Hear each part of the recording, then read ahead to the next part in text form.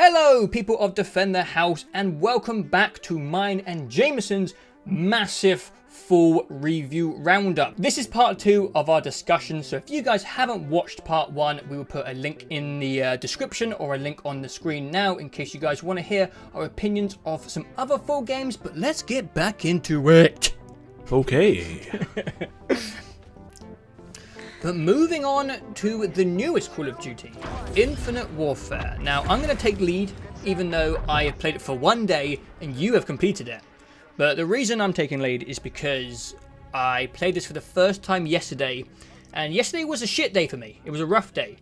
I had the blue screen of death on my PC, and I was stressing out. I was really grumpy. I was really pissed off because I couldn't fix it.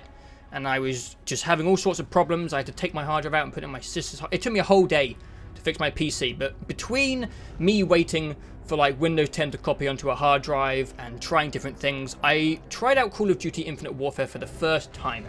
And Infinite Warfare, surprisingly, really helped yesterday. It really cheered me up. And I can say without a shadow of a doubt that Infinite Warfare is the biggest surprise of 2016 for me by miles. I thought this was just going to be another corridor shooter, and it's not. They actually tried something different, and I don't know how I managed to avoid hearing anything about the structure of the campaign. I guess I just didn't give a shit. I didn't listen to any reviews, but it starts off kind of standard. Something happens, the captain dies of a big ship. It's actually very exciting the first few hours of the game, and I think the missions, the main story missions, are really, really well done, and they're much longer than the previous games. But the game really opens up when you take command of this ship, and you can kind of pick and choose which missions you want to do. There's like little side quests, or you can go do the main mission. And it was, when it happened, I was like, what? What is happening? It's such a bizarre blend, and it works so well. It really feels influenced by like the sci-fi greats as well. I feel Star Trek in there. I feel Mass Effect in there. I feel like some Star Wars in there. And I was also really impressed by the seamlessness of a lot of the missions. Like your takeoff from your giant space freighter, whatever you want to call it, and then you'll be floating around in an asteroid field. The anti-gravity combat is actually surprisingly fun as well. I thought it was going to be awkward, but it's fun to fight people in anti-gravity. And then you'll land on a ship, and then you'll go inside the ship, and then you'll leave via a spaceship, and then you do space combat, and there's like no loading, there's no cutscenes, it's all tied together, and it just feels big. It just, all the combat and the levels feel really vast, and I really like the structure of the levels because it feels like a genuine war. And the previous Call of Duties, you're just kind of like this unkillable hero soldier who fixes the world on his own with a AK-47, but you really feel like a captain of this war. And I've only played, as I said, for one day, but I played quite a lot yesterday. I think I played like five hours or so. What was like the last big main mission you did? It was on Titan, but I've been doing a lot of the side quests. I haven't been doing... Okay, the one on Titan, okay, that one, yeah. The environments and the levels are really cool. I like space. I love sci-fi. Yes.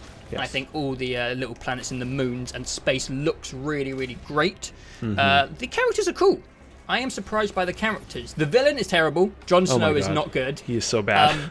But it doesn't actually matter that much because your posse, your crew, your squad mates, they're really fun. And some of the writing doesn't feel quite right, but you can tell they're trying. Like there's this British man you're with, and he hates robots. And then the next level, he's like, this robot's with me, guys. I love this robot now. Yeah, they're like best friends now. it didn't flow that well, but I appreciate that they tried to give like some personality and backstory to the characters. And I think that's like the theme with this campaign is they tried. Yeah, they really did. And in most cases, they succeed. Like I swear to God, I have not touched. I played 5 minutes of the multiplayer and will never play it again. And I have no interest in the zombies mode. It was literally just the campaign that interested me, and going in, it was like, okay, space, whatever. And they try, they go for it with this campaign. The space combat is solid. I wouldn't say it's great, but it's solid. I think space combat is hard to do, especially like ship control. And it's just the right amount of control and also like game sort of, you know, you can't like you can never really get upside down or disoriented much in that ship, which is good.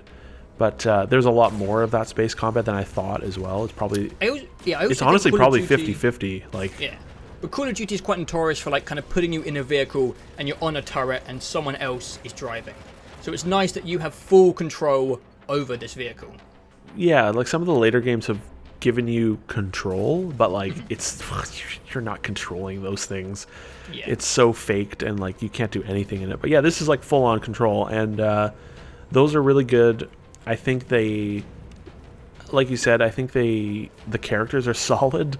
They do some good stuff with them at the end, I think, especially over the credits. I thought that was, you'll see what I mean, but it's a really neat thing that they do. I think Ethan is great. He's like a just blatant TARS ripoff in every single way, except for appearance. But TARS was great in Interstellar, and Ethan is great in this. He speaks exactly the same. He sounds exactly the same. Ethan's really cool. I like him. And they make really good use of the space setting. Like it's really spacey.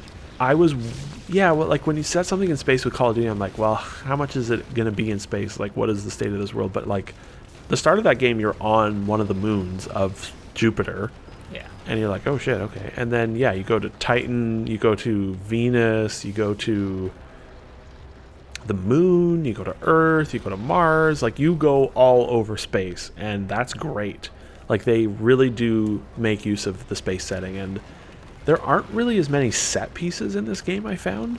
I found that, like, the set pieces were the locales in a lot of ways. Like, the vistas and the way that the environments look was sort of the set piece in a lot of ways, where it's like, now you're on Venus, and it's like volcanoes everywhere, and green smoke, and sulfur, and I think the coolest one for me is when you're on an asteroid, and the asteroid is out of orbit, and it's just spinning through space, and it's really close to the sun, and so every once in a while the sun comes out, and the entire skybox, when you look up, is moving around, and it's incredible.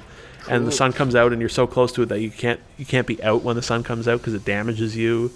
And all the robots are solar powered, so they come up, they turn on when the sun is out and turn off when the sun is away. And I'm hyped. That whole mission is awesome, and I think they do great stuff with the space setting, and the whole game feels focused on the space setting in a lot of ways. And there's some fun weapons. I like the gun that you can snap in half and hold with two hands. Yeah, and then snap back together. It's so much fun to do. I just do it constantly. There's like a sound wave shotgun that just like disorients humans. I just discovered that item where you just drop on the floor and it makes like a foam wall. Oh yeah, that thing's cool. Yeah. I just laughed. I was like, "What is this?" And it went. Yeah. It's like, oh god, okay. Yeah, they do good stuff with their tech. There's a lot of fun stuff in that game. It's great. It is really, really strong. There's a lot of stuff in it, like a lot of stuff in it. Some of it just feels there for like no reason whatsoever. Like the sort of kill list of like lieutenants that are there, where it's like you just randomly kill them in space combat or something. Yeah, it's just I kind of like it because I feel like they're trying to really emphasize the feeling that you're against an army. Yeah, so yeah. Every now and then it just pops up saying you've killed a lieutenant, and it kind of reminds you that these aren't just like drones. There's some significant people in the battle fighting against you. So it was a small thing, but I like it. It's just one of those things where it's like, okay, this is like really minimal implementation wise, but it's something different. And you've got a Mass Effect Galaxy map, and you can play missions in whatever order you want, more or less. And I was really impressed with that campaign, honestly. I would probably put it at number 4 on the Call of Duty campaign list.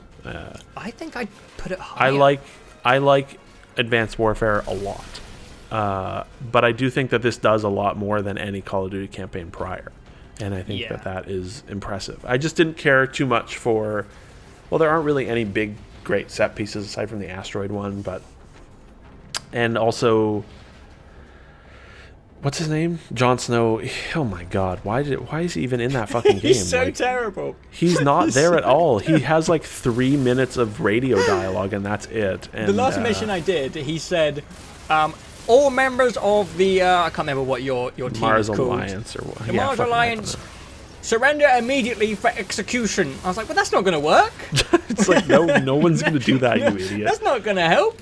Like, not only is he not interesting in that performance, but like the villain is just so he's like barely there. He's barely a villain. This Call of Duty, though, it did really make me feel, it really highlighted the fact that Call of Duty campaigns, or games as a whole, they're like so blatantly just borrowing from themselves.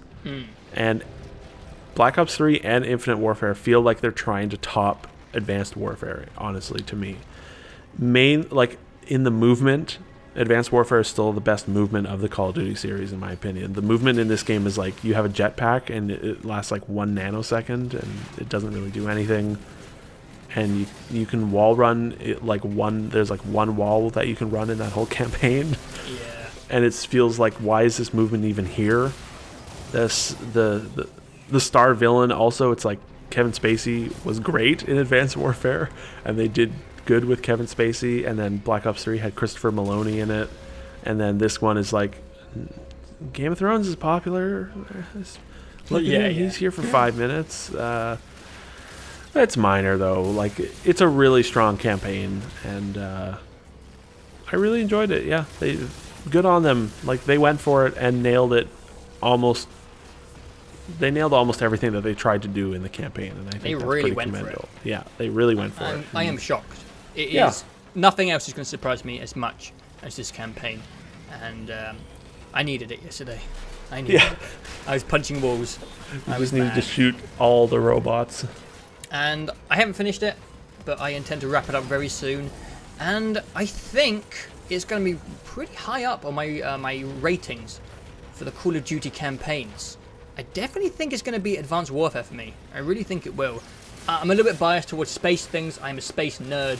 I love space. So it does help that it's in space for me. But we'll see. Maybe we'll be talking about it again in a few months. I don't know. But if we don't, I would just say that I think it's amazing. I can't believe. I'm just in shock. I am actually in shock about how good it is. Especially after how fucking terrible Black Ops 3 was. Yeah. Black Ops 3 was so bad, I played like 2 missions and then uninstalled it from my PS4 because I hated it so much. It's the first Call of Duty game I haven't beaten since fucking, I don't know, Call of Duty 3? Like, I always usually enjoy the Call of Duty games, and they're usually, provide some nice, enjoyable few hours of stupidity, and Black Ops 3 was just so fucking bad. I think a corridor shooter has to be terrible for you to not be able to push through like 5 hours of it. Oh, yeah. Brutally bad. Yeah. So this was good. It was a nice return to form for Call of Duty, at least. Yeah. A massive shock. If you have avoided it and you don't care about Call of Duty, I recommend it. I really think you should dive back into this one. I wouldn't pay $60, though, that's for sure, because if you don't care about Call of Duty, you probably don't care about the multiplayer or the zombies, and if you're just in it for a 6-hour campaign, maybe wait a little bit, but... Also, we're not just saying this because Activision sent us a copy. It sounds yes, like we're selling out. No, this channel's not big enough to sell. No, the campaign's really solid. I hate the multiplayer, and I have no fucking care. I don't give a shit about zombies, so... Yeah, I probably won't try either of them. You had suggested, like, we should try zombies out, and I'm just like, no, I don't want to. Zombies got too convoluted near the end. It's always felt way too convoluted to me. Yeah, but like I hate a few games ago, like you could sit down with 2 people and you could kind of work out what's happening on your own. But it's got like overly complicated. It's like solving the Da Vinci Code now. I'm like, I don't know what's happening. Why am I an octopus? Yeah. What the fuck is happening? Yes, yeah. It's turned to a puzzle game. I don't understand. Oh, also, it looks amazing on the PS4 Pro, the Infinite Warfare campaign. It's probably like the best technical showcase of the PS4 after Ratchet and Clank. Ooh, wow, okay. It looks exceptional, yeah, and runs so well, yeah. Anyway, again, after Black Ops 3, it ran at like 40 frames per second half the time, and it was garbage. So, and the cutscenes were locked to 30, and it was like, this is so sickening. Fuck Black Ops 3, holy shit. Anyways, let's move on. All right. Good year for Call of Duty. Yes. Good one. Yeah. Dishonored 2. Oh, yeah. Where did we I might take the lead with this one because I played not very much of it, so you can describe the majority of the Dishonored 2 experience. but I am maybe halfway through, or maybe not. I just did the Clockwork Mansion. Oh, okay, so that's like mission 4. Yeah, I think there's like 9 missions in the game. And this time, I played through Dishonored 1, and I liked it. But in Dishonored 1, I slaughtered everyone. So oh, really? Yes. So in Dishonored 2, I am doing my best to be stealthy, because I have a very bad habit of not taking the stealth approach when I don't have to. I mean, yeah, that's part of the thing with Dishonored. It's like, yeah, you can just do what you want to do. Yes, but the difference in Dishonored 2 is there's a second character with completely different powers. So I know for a fact that I will play Dishonored 2 twice. So I have started off doing the stealthy approach, which is against my nature as a gamer. Okay, interesting. So I just think it's nice to kind of force yourself to maybe try different things. And I think because I forced myself to play stealthy, I'm not having the greatest time. But Dishonored 2 is a very strange game because I'm not going to stop being stealthy because I'm stubborn. And I want to play this game both ways. I want to do one playthrough where I'm stealthy, and the next one I'm going to be a mental case and a psycho. But I know that I'm not having the greatest time in Dishonored 2 because of the way that I'm making myself play. And I'm very, very excited to play Dishonored 2 the way I want to play. If that makes sense. Which is weird because you shouldn't force yourself to play games. No, you shouldn't. But I like experimenting. I'm a gamer. Yeah, I like changing the way I play games, and I know that I'm going to be playing it a second time, so I don't want to play the game twice the same way. But what I will say from my short time in Dishonored 2 is they've done an amazing job with the environments and the level designs. And I think that's all I'm going to say, because I'm only like 4 hours into the game. I can't review it yet, but I am very excited for my second playthrough. I might actually start my Corvo playthrough, because I'm playing as Emily now. I might start it now and almost play them side by side, because you can have multiple saves.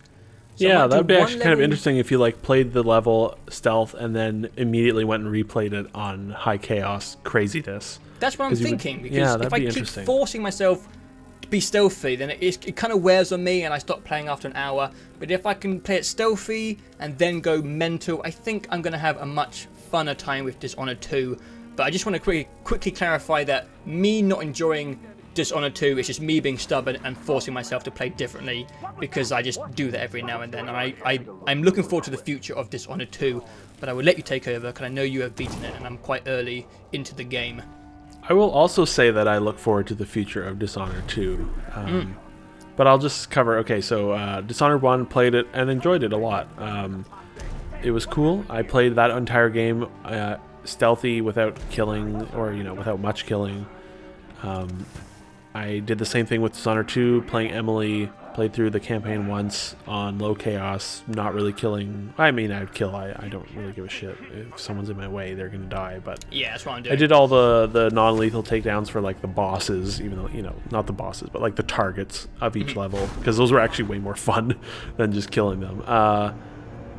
And I think Dishonored 2 is really cool. It's really good. I will say that playing it low stealth, and I encountered this in the first game, it's kind of boring. Yeah. And but I don't mind that. But like the blink / whatever it is, her like darkness teleport ability is so overpowered that like you just don't need to use like any other tools in that game. I found this in the first game where I played the whole thing through, and I just used blink and the see-through walls ability and just snuck past everyone, and that was it. And that was the same with Dishonored 2. Like, I didn't use any of the little like gizmos and gadgets you have. I only used my other powers, like the crazy walking shadow walk thing or the doppelganger. Like, I used those maybe 3 times. Yeah. And it's just sort of a boring way to play that game, but I enjoy playing it that way the first time, at least, because first time through I just sort of want to see it all. I want to see all the levels. I just sort of want to casually explore them all. And I think that is sort of a flaw where they don't really, but it's a flaw, but it's also a benefit to the game where it's like they don't force you to do anything in any specific way, which means that I will say that they do very subtly suggest that killing people is bad and will result in a worse ending. But it's like, fucking who cares? Yeah, but I just don't like the fact they kind of incentivize being stealthy. But in my opinion, it's not as fun. I think I should be treating this game more as a sandbox, messing around with the powers. Yes, because after beating it, well, not even after beating it, it was like maybe 2/3 of the way through, I saw a video of a guy killing Jindosh in the Clockwork Mansion 80 different ways, right? It's a magical video. And I saw all the different ways he was using Emily's powers and Corvo's powers, and I was like, holy shit, I need to play this game again at least one more time. Really, yeah, I'm like, here I am really just like crouch walking the entire game, like blinking from one ledge to the next and enjoying myself. But then I was like, oh man, I need to play this again, like, and get crazy with my stuff, because there's a lot of things you can do in that sandbox that I never would have thought of. And so anyways, regarding the future, they're adding a new game plus, I think, so I want to try it again, like some of the earlier levels with a really powerful Emily in like high chaos mode. Yeah. And then I want to play again as Corvo to see his abilities, because his time abilities seem really interesting. So yes, I too look forward to future playthroughs of Dishonored 2, because I like a lot about it, and I will play it more. I think what I like most about Dishonored 2 are the levels, like the level design specifically. I think it's really, really, really good, excellent level design. I think that the levels are really big, first of all, which they feel a lot bigger than the first game, but it's been a long time since I played the first game, so they definitely are bigger. But yeah, there's so much variety in. There are so many different paths you can take, little things you can find. Even playing footage or playing the game again, a level again to capture footage for it just yesterday, I ended up doing the objective a completely different way and ended up finding a side quest thing that I had completely missed, and found numerous pathways that I had completely missed as well. And I was like, oh wow, okay. These levels really are full of different ways to do things. I think that they probably integrated two characters to almost not force you, but to really incentivize playing the game multiple times, because each level is huge, and it's probably not very nice to be a game developer and know that a lot of people are going to miss your hard work. So they really have designed the game they really have designed the game around replayability, which I think is nice, because you don't have to, but having the option is great. Yeah.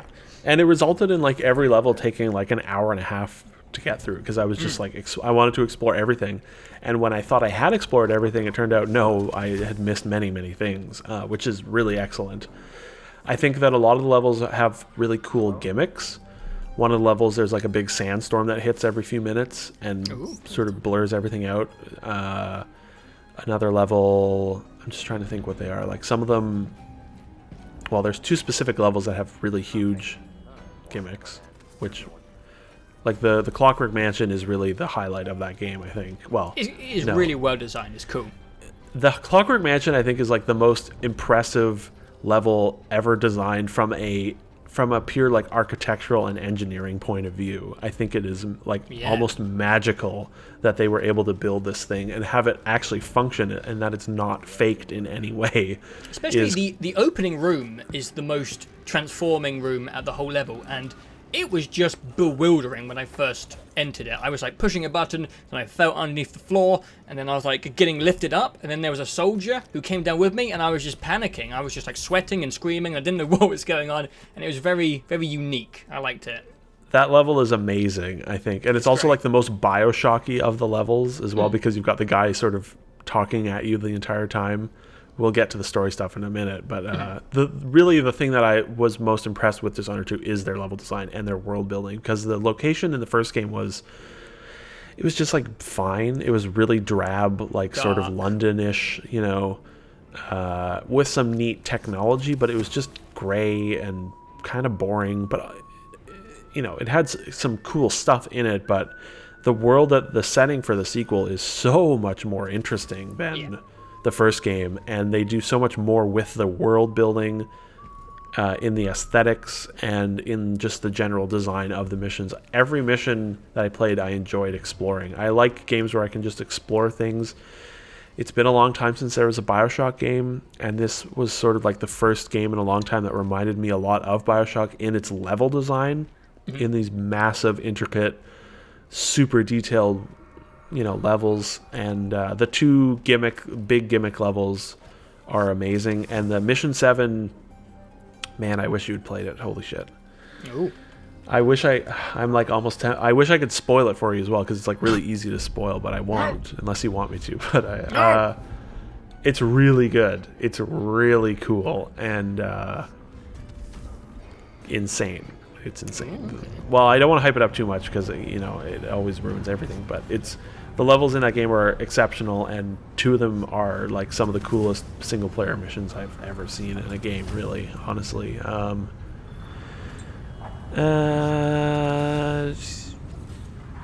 don't know. I don't know what else to say about Dishonored 2. I think it's really good.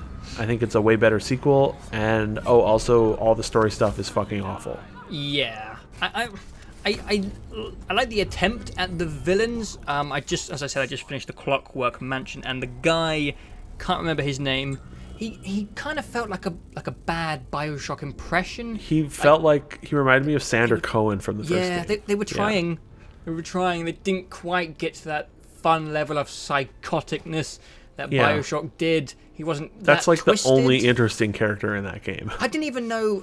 I know he was building the Clockwork Soldiers, but I didn't really dislike him. To be honest with you. No, I know. Because I hadn't seen the Clockwork Soldiers do anything bad outside of the mansion. I mean, they were chasing after me and being a pain in the ass. But when I got to him, I thought maybe he'd be putting children inside the Clockwork Soldiers or something to make me hate him. But he just seemed a bit like an eccentric.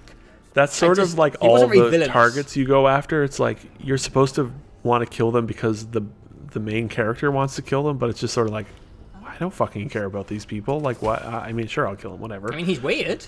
I mean, all the non-lethal takedowns of those targets are so mean and cold-hearted. Like, you frying his brain is just like, that is the cruelest thing.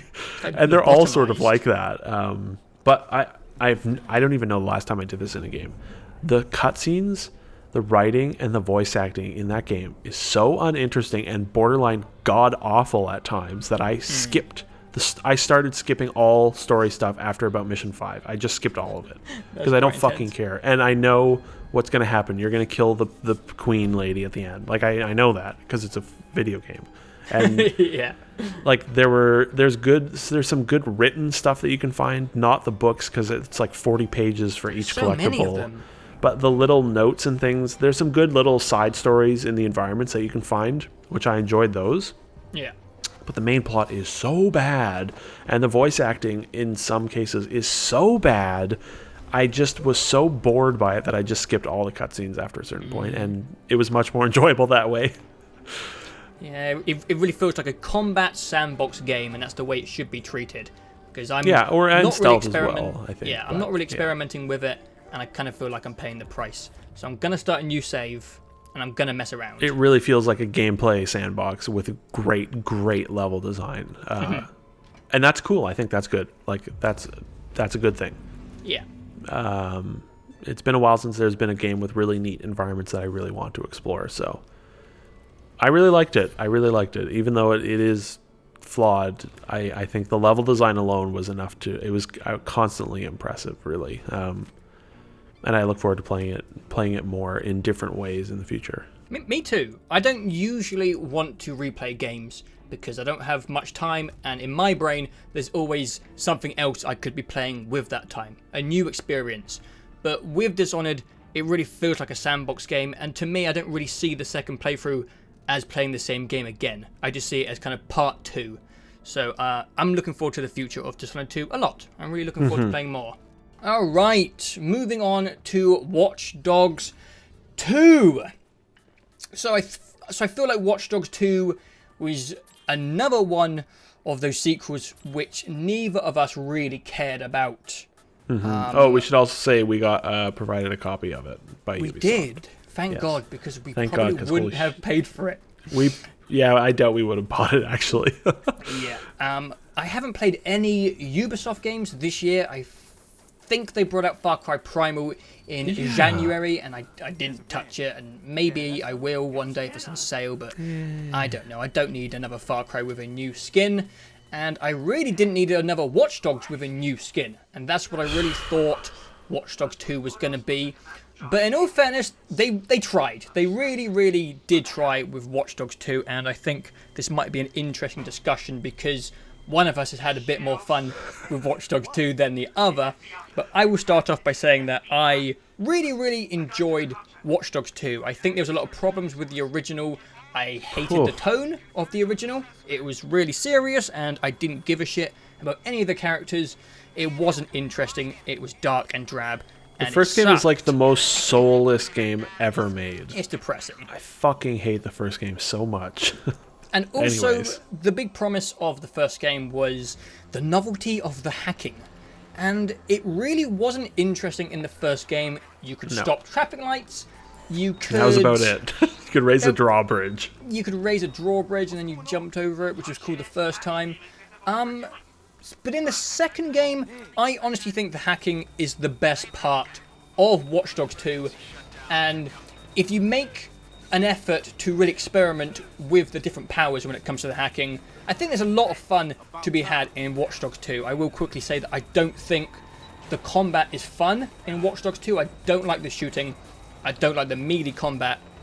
But me personally, I made a large effort to, near the beginning of the game, to go around the world and unlock as many research points as I could, which is the thing that lets you buy all the cool powers.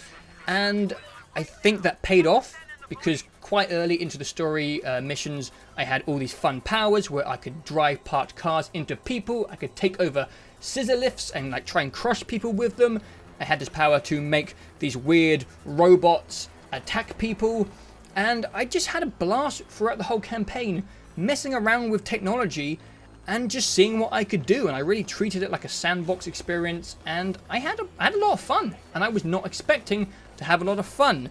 I also enjoyed, I guess you could call them the platforming sections of the game. There's a lot of roof climbing in Watch Dogs 2, like a shit ton of roof climbing. And I can imagine if you didn't enjoy finding how to get on top of a rooftop, then you probably wouldn't have enjoyed like 30% of Watch Dogs 2, but I do, because I like that sounds about right. They're very small platformer puzzles, and they probably overdid it a little bit. There's a lot of them, and like all the money to buy unlockables and all the research points are kind of hidden on rooftops.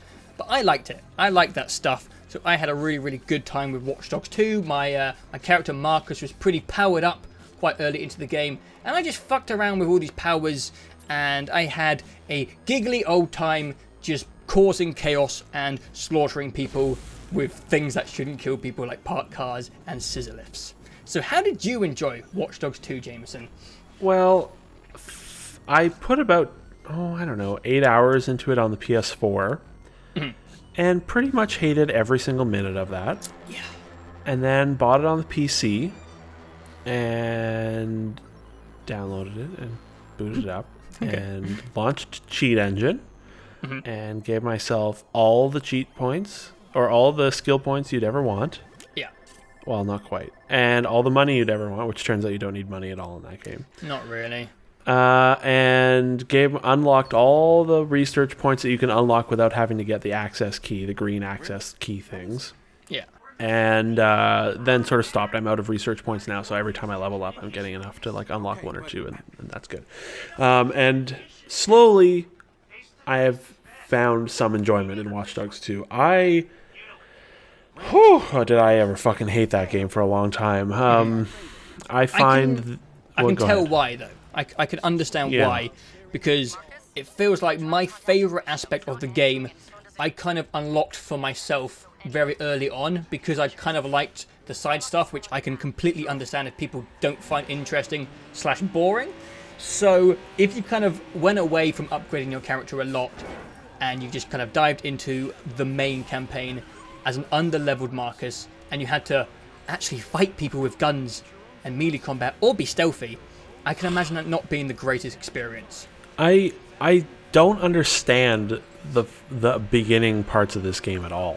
Like, Okay. you start off and it's just like, okay, he got recruited for thing, DedSec, and then like in the next scene, like they're all best friends and I feel like they've known each other for 30 years, and I'm like, okay, this is really they got drunk on the confusing. beach. That builds friendship. And then, God, and then it's like, okay, well, and then they give you like no guidance at all, and it's like they tell you to do like one side mission, and then that's it. And I'm like, okay, well, I presume I should do like a few story missions, and I did like 3 of them, and it was like, I think I got up to like the fake Scientology stuff, and I was like, this is terrible. I have no abilities. I have no idea what's going on. I have no idea how to play this game. It's terrible. I don't want to get research points because they're always up on a roof, and it's like, well, how the fuck do I get up there? And it's like, well, you gotta go find a friggin' scissor lift, and then it'll lift you up to the top.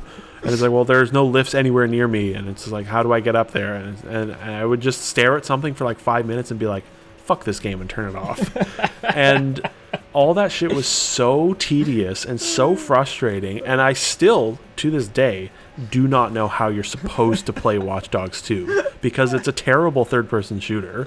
Yeah. The auto-aim, like, never aims at guys. It's always, like, to the right by, like, 10 feet. And the stealth is terrible because you get detected by one guy and everyone on planet Earth knows where you are and pulls their guns on you. It's not Goddamn the best racists. And I still don't know how to play Watch Dogs 2's missions because it's just I feel like they don't know how you're supposed to play them. However you want. But I slowly began to find enjoyment in some of the goofy systems of that game. Embrace by it. not having to grind research points helped me a lot. Yeah. Being able to unlock like a ton of abilities right off the bat helped a lot. And I've gotten to the point where, if I can, I'm basically just playing the main missions by throwing out my RC copter and flying above things and like detonating the little traps and driving cars into people and calling in like the mega powered up hit squads on people because they come I in like calling gangs on people. That's fun. Yeah, the gangs with like bulletproof vests who are like almost invincible. I call them in on people and then call the cops on the gang members and then detonate grenades and then walk in through the bloody chaos field afterwards and pick up the thing. And I'm like, but I look at that and think like, is this how you want me to play this game? By just like not engaging with any of the gameplay and just getting the AI to fight each other until they're all dead? But like, you're a hacker, man. You're hacking things. But you know, whatever. I don't fucking know. I've enjoyed it. I've enjoyed doing that. The most enjoyment I've had in this game is by messing with the AI, specifically like the pedestrians. I was actually really impressed by the AI in the world. They put a lot of effort into some characters walking around. Yeah. There's a lot of surprising reactions that they've put into things, and you know, I like that you can just go up to someone and like insult them or cheer them on, and then they'll just freak out on you and just get so mad at you. And it's just like, oh, time to call the cops and arrest your ass, and then time to call a hit squad on the cops while you're being arrested, and then time to drive you all into the river. And like, I have really enjoyed messing with the AI in that game because it's I agree. It's messed up in some really fun ways. The AI, I've also found the AI is that perfect balance of not intelligent enough to do what they're supposed to do, but stupid enough that it's just funny to watch them. Like, I remember I watched this event on Ravel where a cop was arresting someone, and like he had the guy in handcuffs and he was taking him to the police car, and then a pedestrian accidentally nudged the cop. And I think that nudge just knocked the cop out of its loop, and he just walked away from the criminal, and the criminal just stood there in handcuffs. And I was like, it's obviously not supposed to happen, but I like watching games that aren't really programmed correctly and just watching them not really work 100%. It's funny. Yeah. I think that's the greatest strength of the game is just messing with the AI with the hacking abilities. And I genuinely don't know if that's is that good? Like, are you having fun? I guess so, but like so many other parts of this game are just like a mess in a way. Like, I wouldn't claim it's a great game. No, I just think it's a fun game. I think the first game is bad and profoundly boring and soulless and mean and negative and cynical. And I think one of the things that they really had to do with the sequel was pivot away from that. And they really, I have to commend them, even though I hate a lot of the writing in this game, I think that they really did a good job of pivoting away from that. Because the game is, if nothing else, full of personality. Yeah. And I may not enjoy a lot of the personality, but it is there and it is full to the brim of it. And the main characters, some of them are fine. I think Marcus is really good. He's like a good-hearted main protagonist with a good sense of fun. And I think him and Horatio are great together, and all the other characters, like the guy with the stupid mask, I'm just like, oh, fuck you the entire time. But I've heard he goes some places. Yeah, I'm getting there. I haven't finished the game yet. Okay. I think the best writing is in the AI, like the random pedestrians on the street. Yeah. There's some really genuinely funny stuff that they say. Yeah, there's a lot of personality. There's a lot of personality in this game, and it is occasionally genuinely funny in the main missions and in the side stuff. I don't like a lot of the writing, though, of the main characters. Like, they're just like, yeah, we're hackers, we're the fucking best, oh yeah, gotta hack the world and save everyone, woohoo, DedSec. But I think that was like, kind of the point. I think it's like quite self-aware. It's like a mockery on hipsters and technology. I think it's purposely over the top a little bit. I don't know. I can't tell, honestly. Like, I just can't tell if they think this is cool or not. To me, it feels like a lot of it is like they think that this is all cool. And maybe, but to me, I'm not 100% sure. Like satire a little bit. It definitely is at times. I think the mission where you go to the Google Maps, fake Google Maps place, is really good and like really genuinely good satire. A lot of the times, though, the writing just makes me want to turn the game off. But it's at least got personality, which the first game it just didn't have. It was just nothing. It was just like the most gray, bland thing in the world. And so, like, good on them for at least making the game full of personality, and the world is colorful, and San Francisco is a great setting for this type of tone and personality and these characters. It's fun to explore. Yeah, they did a really good job of pivoting and fixing maybe the biggest problem of the first game, which was just the lack of any soul whatsoever. I think Ubisoft is still fucking terrible at designing missions for their games. And I felt this way since, I don't know, almost since Far Cry 3, where it's like they're great at building these worlds. They're beautiful, full of things. They often can build a good sandbox into those worlds.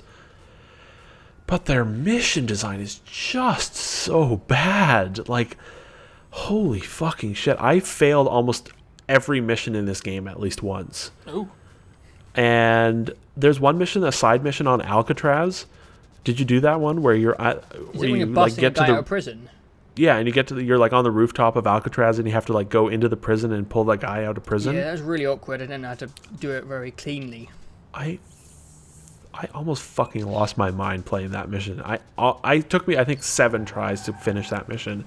They're just terrible at allowing the freedom that you want in their mission design. Yeah, I find I can get behind that. It's why I didn't really enjoy Far Cry 4. It's why I haven't really enjoyed an Assassin's Creed game in a while. It's why I don't enjoy a lot of the gameplay in Watch Dogs 2, is because it's just like they just expect me to. I feel like that I can only play this mission one way, and it's the most boring way. And a lot of the times, the most efficient way to get through these games is to just go in and shoot everyone in the face. Or in Assassin's Creed's case, you just run in and stab everyone, and in 5 seconds everyone's dead, and then you just walk to the thing and leave. And you're just ignoring like 80% of the gameplay mechanics in the game. And I just wish they got better at designing their missions, like their main missions. That's. Yeah, I can agree with that. I just want more sort of. I just want like their missions need to be a little lower stakes. I feel like, and give you more freedom. Yeah, I can get behind that. And like the worst thing about this game is the tone, like the dissonance in tone. It's just like. But the thing is, I know what you're saying, that Marcus is a happy-go-lucky kid and he slaughters 400 people, and it's a common complaint. But I think it's vital for fun, if you know what I mean. Like, yeah, the tonal shift was important because I think Ubisoft knew, or whatever team in Ubisoft was behind Watch Dogs, they probably heard from countless people that people hated how serious Watch Dogs took itself. So they knew that Watch Dogs 2 had to be chirpy and silly and fun. And it seems like they almost tried to go with a stealthy approach to Watch Dogs 2, because when you start, you only have a taser and a weird ball on a string. And it almost suggests for like 20 minutes that you're supposed to be a nice kid. And then you're like, no, I think I'd rather just blow shit up. So it kind of feels like early in the design process of Watch Dogs 2, they tried to stick with happy-go-lucky kid who just wants to hack the world, Hacktivision. And then they just gave up. And we're like, this is boring. Let's let people induce some chaos and have some fun. And I don't begrudge any of it because it helped. I fucking love blowing shit up. It was the best part of the game. So I'm glad it wasn't like a stealthy game. It's just like the disconnects are so profound sometimes where it's just like, yeah, we took down the fake Scientology. Woohoo, high five, bro. And it's just like, I murdered everyone to do this. And it's just like, oh, and but then also I'm finding the farther into the game it's getting more serious where it's like, I just feel like that game needs to embrace the goofiness fully, and it needs to not. If it is feeling like it is going down this self-serious road the further into the campaign I'm getting. I know you're saying like the plot does go towards this mass surveillance Big Brother thing, and you have to take down the big boss. And I think it would have been cooler if the game had stayed small. Like some of the earlier missions were literally this movie studio made a movie that portrays hackers in a bad light, and you have to go steal the prototype, the early draft of the movie. And if the game had just kind of stayed around small kid stuff, I think it would have worked better in story stuff. I think it would have flowed better. It really felt like these kids versus the world, which I don't know. And I think for the third game they should just abandon all self-seriousness and all. Like, I feel like there's a lot of forced drama that is about to hit in the story stuff. Yeah. Because I know someone dies and I'm like, why would you bother? Like, who fucking cares? Yeah, like, just be goofy and have fun. Like, that's what they need to do for the third game is go fully... They almost need to go, like, fully Saints Row. I was just about to say, follow what Saints Row did and just get more crazy. Just go for it with the hacking and just abandon all this self-serious bullshit and... it'll be much better. I think, I don't think it's a great game, but it's a solid game. It's getting there. There's a lot of stuff in this game that I just want to say fuck you to, but then there's also, I have genuinely, like, guffawed and laughed, like, at some of the things that have happened, because it is hilarious, some of the things that you can do, and I continue to enjoy doing those hilarious things, and I will probably finish it, but... It's a step in the right direction for sure, and a big step in the right direction. Yeah. And I think third time's the charm. Maybe they'll get it right. I think overall, I enjoyed most aspects of the game more than you. I had you beat it like really quickly. Yeah, I played a lot of that game. You beat it in like 4 days. I know. I loved Watch Dogs 2. I think it might creep into my top 10 list. We will see. But I was surprised. Again, I think a theme across this list we have done in these 2 videos has been surprise. I did not think I was going to enjoy a lot of these sequels. I think 2016 has been a great year for original games and for indie games, and then kind of all these sequels were kind of packed into like the last quarter of the year, and I was like, and a lot of them have at least pushed their IPs to new places, and Watch Dogs 2 isn't perfect, but I had a blast. So, thumbs up Ubisoft. Looking forward to the rest of that franchise. Yeah, I guess. Some people are. Yeah, I still think that there's something good to be done with those games. And it's a unique premise. Okay, it's been a long journey, Jameson. This might be the longest recording we've ever done. Oh, it easily, yes. Why do we talk longer each time we do one of these? How does it keep getting longer? I don't know. There's more to say about these games, I guess. I don't know. Okay, the last game. It's taken 9 years. It's like the Boyhood of video games. Yeah, it is exactly like the Boyhood of video games, because I feel the same way about this than I feel about Boyhood. I will let you start.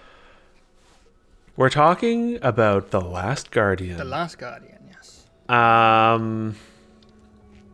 Okay. I'll just... Okay. The Last Guardian was announced many, many years ago. And people were like, oh my god, it's The Last Guardian. Oh my god, it's the same people that made Eco and Shadow of the Colossus. Oh my god, oh my god, oh my god. And I was like, okay, whatever. I don't give a shit. And they showed it, and I was like, yeah, sure, whatever. This looks fine. And then it died for like 12 years. And no one talked about it. No one talked about it. And it became a meme. And then they randomly showed it at E3 last year or whatever it was. And it was like, The Last Guardian's real. We're still making it. Please be excited. It'll be out next year. And I was like, everyone was like, I remember people being like, oh man, that looks amazing. And I was like, like it looks fine, I guess. Yeah. Like the world stuff looks neat, but like, I don't know, like this looks okay, I guess. Maybe it'll be a decent sort of puzzly platformer. And then it finally came out, and everyone was like, oh god, it's so good, it's so good. Oh my god, oh my god. Oh, it controls a little janky. The camera's a little janky, but it's so good. And there was like, okay, I guess we should play this. And holy shit, do I ever hate The Last Guardian. Oh my fucking god. It's so, oh my god, I hate it. I have never, ever been so goddamn mad playing a single player game in my entire life. I fucking hate every single thing in this goddamn game except for maybe the animation and like a tiny bit of the architecture of the world. Yeah. Holy shit, do I hate The Last Guardian. Okay. Well, yeah. It's... Oh my god. Please take it away from me for a minute. Okay, so I have actually beaten The Last Guardian. You beat it? Oh my god, what a trooper. Guardian. So, you played it first. And then you came onto a Discord chat. I played like 25 minutes. Yeah, and you were ranting and you were raving about the controls and the camera, and the frame rate, and I was like, "Oh, Jameson, you technology man, just get over it. It's supposed to be like an old school game." And I played it, and it's rough. It really, really is rough. I had problems with the controls and the camera, and for me, I assume it was not as bad for you because you're a pro man, PS4 Pro. The frame rate is really bad for me. I can confirm that it runs just as shittily, maybe like a tiny bit better, but it runs like ass. But for me, I really enjoyed the concept of The Last Guardian. I liked, what the fuck was his name? Trico, yeah, whatever. Trico. I really, really liked him. I found him really, really impressive to just watch. I thought they did a really good job with his animation, and I was really craving a good single-player game when this came out. I wanted a journey. I wanted to go on a journey with a companion, so I pushed through, and I can confirm that... It dies at the end. I'm not going to say anything about the ending, but I'm just going to go into the problems with the game first. So, okay. The movement I adjusted to. I got used to the movement. The thing I thought was the worst was climbing up Trico. Oh my god, it's so fucking bad. It never got better throughout the entire game. And actually, the worst thing was trying to get off of him. You had to be on his spine or on his head to jump off. If you were anywhere else on his body, if you pressed X to let go, he would like drop down like 2 feathers. I'm just like, let go of the fucking dog. And then I went back up to his back and then just jumped off. And then sometimes I would just jump off a cliff. The worst thing when it came to movement was climbing the animal. It was a nuisance all the way throughout the game. And slight spoilers, very slight spoilers, but he's not the last guardian. There's other guardians, and there's sequences where like there's multiple of them or more than one of them, and there's sometimes you have to climb over some of them to do something. I don't want to spoil any of the sequences. Oh my god! But like they're the worst segments of the entire game when you have to climb on the dogs and you have to do something. It was consistently bad. The camera I found okay after a while. It's slow. It's very slow. But I found it worked just because the pace of the game is so slow and you're not really doing anything quickly. So you're kind of walking around, slowly looking around. Sometimes it would just get stuck in a wall if you were on top of the dog and you were like near the ceiling. The camera would just go black, like it didn't know what to do. It's fucking ridiculous. Yeah, those were some bad moments, but I think I only counted at like 3 times across my entire playthrough where the camera literally went into blackness. It just disappeared. I've seen that probably like 10 times in my hour or 2 that I played. Yeah. Anyway, keep going. I definitely had multiple times where I can't say his name. What is it? Trico? Trico, I guess. Trico. Trico, sure. Treacle. Whenever Treacle... Trico. Not Treacle. Definitely not Treacle. There's a few times where Dogman would just get in the way of the camera, and I didn't find that so frustrating because he really did feel like an animal. He was slow to do what you wanted him to do. He would sometimes go the wrong way. He would sometimes just sit in front of the camera. And it kind of felt like the genuine frustration of owning a dog. Where, like, your dog would just come and just, like, sit on the bed and you can't move your legs. And you're like, for fuck's sake, dog. Like, you're cute and I like you, but you're really in the way. So I kind of acclimatized to that. But for me, the biggest problem was the frame rate. Also, the frame rate was really inconsistent. It seemed to drop in kind of bizarre places. Like, I'd be walking through, like, a small forest and it would drop to, like, 15. And then later on, there was these huge open areas and the frame rate was fine. So I don't know what the problem was, and I don't know why the frame rate went bad, but when it did, for me, I think I'm more tolerant when it comes to bad technical stuff than you are, but it ruined the moments. It really, really ruined the moments, and I'm going to move on to the positives of the game.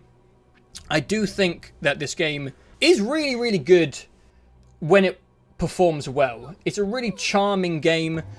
It made me smile a lot. I like the journey with the dog bat. He's consistently cute. He learns to do different things as you go on. And I was actually really impressed by some set pieces later on in the game. The game starts off really simple and it doesn't really push the boundaries. You're literally just like pulling switches and jumping up stuff. But later on in the game, like, you do these quite cinematic theatrical things. Some were kind of teased in the E3 trailers. But there's some really, really cool moments that were like awe-inspiring. And I was like, this is amazing stuff. But it was always brought back down by the technical side of the game. It really felt like I was challenged to have fun consistently throughout this. Mm-hmm. And like, I like the game, I do, but I couldn't help but feel that they should have either delayed it for another year, because why the fuck not? It's been 9 years already. Or I just really wish it was a film. Yeah. I really just wish it was like a Japanese animation by, what's their face? Studio Ghibli, if they even... I don't think they're making films anymore, but I kind of just, like, the best part of the game is the journey with you and the dog. It is consistently cute and charming, and it made me smile because I'm a big softie when it comes to animals. I loved watching Trico get better at stuff, and there's some really cool moments where I'm like, this is awesome. But it just kept flicking me in the nose. Like in that scene in Sherlock. I was just trying to have fun, and I kept getting flicked in the face. It was like watching something charming. Like, it was like watching Toy Story 3 in the theaters. But every 5 minutes... needles poked into your feet. Someone would kick the back of the chair. Oh. And then, that's a little less severe, okay. And then Rex would look at the camera in Toy Story and just yell the N-word, and you're like, what? You're like, what? You can't do that. You're ruining it. You're ruining the movie. That's what The Last Guardian felt like. Like, it kept ruining its own moments that should have been great, and it was consistently frustrating. But buried underneath the frames was a really fun game, a nice journey. And something unique. I really like the world in The Last Guardian as well. The whole aim of The Last Guardian is just to climb. You're just going up higher and higher. And eventually the world kind of opens up. And like, near the end of the game, you can like look down and you can see the areas you were exploring like 5 hours ago. It kind of feels like Dark Souls, where you can kind of see your progress, which I really, really liked. The whole environment and the Sky City thing feels massive, and you feel like this tiny little ant inside it. But... it's just like, it's been 9 years and it's a console game. Just make it run good. Yep. Just, it's a Sony, it's a first party game, isn't it, as well? Like, Sony is... Yep. Just bring some people in and make it run at least 30 frames consistently. 60 would be nice. Yep. You got 9 years, just make it run at 60 frames. Make it like Journey. Yep. If it was like Journey, it would have been fucking amazing. Okay. Yes. My turn. Okay. Okay, I will say the positive. I agree. The animation and character building of the dog creature thing, Trico, is really impressive. It really is. And like the rendering on it is really impressive, and the animation, and he feels like a character but also like an animal in a way that I don't think has been done in a game before. And that's not a small accomplishment. I agree. And I also was thinking, like, I would just much rather have just had no interactivity in this whatsoever and just watched it all play out over 2 hours or something, because it would have been very impressive. Unfortunately, they decided to make it a video game and failed in every single way that you can make a video game. I swear to God when I say this, I have never in my life been more mad at playing a game than when I was playing The Last Guardian. I swear to you. I was so fucking mad playing this game the entire time. Okay, I'm slowing down here. The controls make no sense whatsoever, but you just have to invert your thinking a little bit and you figure it out and it's fine. I'll get to the camera, but the movement of that little asshole is so bad. Okay, you feel like he's completely inebriated. Like he has like a 9.0 blood alcohol level, and he's walking through like a wet tar pit or something, and he just like can barely move in any direction that you want him to move. Like you try to get him to walk forward, and he goes like, sorry, just let me. Oh fuck, let me turn myself around here. Okay, now I'm walking in your direction that you want me to go, and like everything about the way that guy controls, the kid controls, is infuriating and slow and unresponsive and animation heavy, and I'm okay with animation heavy things when it's not like a platformer. Yeah. Or you're trying to do like a finicky thing, like move a box down a hallway. You'd think that would be an easy thing to do, but holy shit, it was like harder than the challenge in The Witness. My God. Wow. The worst thing in this game, though, is the camera. In my experience, the camera like ties the shit sandwich all together. It ties the terrible movement and the terrible controls into something insufferable for me. The camera would regularly... Well, first of all, like there's like 5 seconds of input lag on the camera, no matter what you do.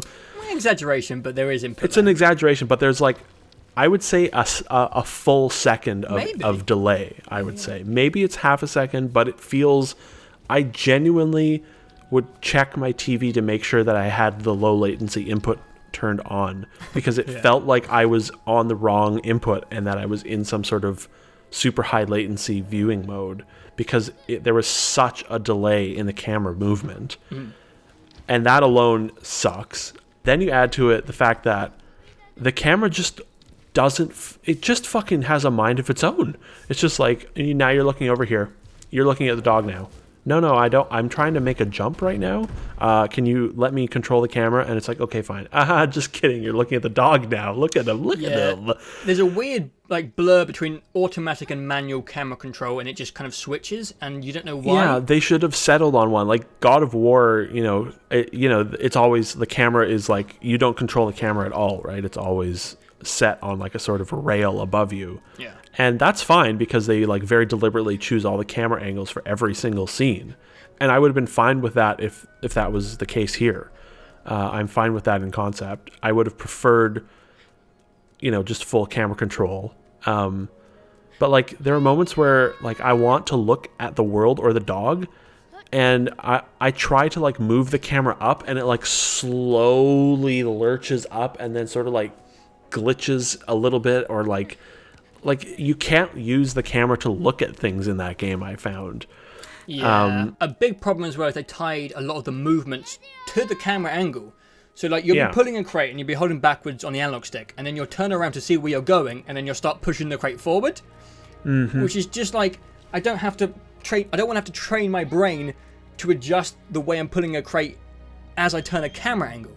I'm pulling backwards because I want the crate to go backwards. Just because I'm turning the camera to look behind me doesn't mean I want to push the crate forward now. And that was a big problem when climbing up Trico all the way through the game. Like, I'd be climbing up him, and then I'd move to look to the left, and then I'd be climbing down his ass. I'm like, oh, for fuck's sake, just get on his head. And yeah, climbing him is so awful. Like, you It's bad. jump onto him, and then you just spam the up on the stick and spam the jump button over and over again until you finally climb up to his head after like 5 minutes. And he's like jumping around, and you're flopping around like a rag doll on him, trying to like figure out where you're supposed to go. And I straight up just had it break on me like a dozen times. Like, Really? there's one bit early on where you're like on his head, and you have to get through to the white. It's like a little white doorway, you know, like a white light coming through a doorway that you're supposed to get to. And I captured this on video. And it took me like 3 minutes to, first of all, to even climb up onto his head. And like, it's not like this is a big open world game or something. This is like a tightly scripted linear game. Yeah. There is no other way. There's no alternate path through this game. And I'm just trying to jump from his head 5 feet off of his head onto a ledge in front of me. And the camera just breaks over and over and over again because there's no room for it. Because the environment is small, and it is literally just constantly cutting to black and resetting and cutting to black and resetting. And it took me like 5 minutes to just jump from his head onto the ledge because of how broken it was. And it's not like I would be more accepting if it was a bigger world or a bigger game, but like, they played this. They tested this, they played this, and like, and this is not the only case that this happened. Like, a dozen times, maybe more, almost every single environment, the camera is doing something weird and wrong and just not in a good spot that feels friendly to the presentation of the game or to the puzzle solving or to the interaction with the world. And it's just like, you guys, you played this fucking game. Why didn't you, like, did you all get to the part in that game where the camera just goes to black over and over and over and over and over again, and you're like, that's fine, whatever? I feel like they were trying to make it feel like a PS2 game, maybe on purpose, because I can't really think of any other logical explanation about why, after all this time, it controls bad. But no one is nostalgic about a video game because of the way it controlled. No. People that say, like, oh, it's nostalgic because it feels like an old PS2 game. It's like, I don't fucking want that. The reason it controlled like that in like the 90s was because that was the standard of how games controlled. Shadow of the Colossus came out in like 2004 or something, and like, it was fine that it controlled like shit back then because games are still pretty new, but like in 2004, like, you know, they were still figuring 3D out, honestly, and 3D camera movement. But like, it's 2016, and this is not some little low budget indie game. This is 9 years in the making, and it's Sony's big pillar AAA release for the entire fall season of 2016. This is their game. Yeah. And it is an ugly, low frame rate, fucking terribly controlling, broken asshole of a mess of a game, and I fucking hate everything about it, so much so that I have uninstalled it. I played yesterday, and I got enough footage, and I went to go make a jump, and I didn't make the jump for no reason whatsoever, and I just said, no, I'm done, and I deleted it, and I will never, ever play this game ever again, because I hated it so fucking much. I feel like everyone in video games, I've noticed this throughout my time of watching Let's Plays on YouTube, everyone has like a different trigger, which will set off how angry they can get. And I've noticed that mine in video games is if I fail multiple ways if I fail multiple times in the exact same way over and over and over, I will fucking lose my shit. That's why I think I got so mad at Call of Duty, because like someone would kill me when they were camping, and I would go back and they would kill me again, and my controller would hit the wall instantly. So I think everyone has different triggers which can push them to levels of anger, which to madness, to normal life that normal life can't really reach. And I think you found yours. Yeah, I did. And it's, you know what my trigger is? It's when a game doesn't play well in any way whatsoever. Yeah. When literally every single thing about the way the game controls and moves and the camera works is all so bad what am I supposed to do? How does someone... it's unfathomable to my brain how a human being plays this game and doesn't go, this controls like fucking garbage. Yeah. It's not worth it if it's going to, like, really, really piss you off. It's really like, not worth it. And not just the controls, but, like, I didn't enjoy walking into an environment and being like, okay, now where the fuck do I go? Yeah. And I would run around for 5 minutes trying to find where I was supposed to go, and I would eventually stumble onto it, and then I would be like, okay, Trico, come on. Trico, come on. Trico, come. Trico. Trico, you fuck, come here. Trico, fuck, come here, you motherfucker. And it's just like, he's just standing there, like, sniffing a leaf or something, and you're like, dude, let's go. I'm ready to progress this game. And then you climb on him, and you're like, okay, now jump. Jump. No. Okay, good. You jumped. Good. Now look up here. I need to climb onto that ledge. Now look up here. Look right there. Look right there. I don't know. I don't like how it controls. I don't like the camera, and I don't like the general design of it. Like, yes, it's like a real animal, and that's cool, and it is an accomplishment, but, like, that's not fun. You know, yelling at your dog to come or stop barking or like, don't chase this thing. Like, when a dog doesn't obey you, it's infuriating. And, like, I love dogs. I've had dogs all my life. I love a big dog. Labradors are great creatures. German Shepherds, whatever. I love them. But they can be very frustrating when they disobey you. And that's fine because it's a real animal in real life. This is a game. And it's an experience. All the game parts of it are terrible. And you have the added annoyance of a thing in a game not listening to you when the whole game is about progression and working together with the animal and working with it to get to places to progress the game.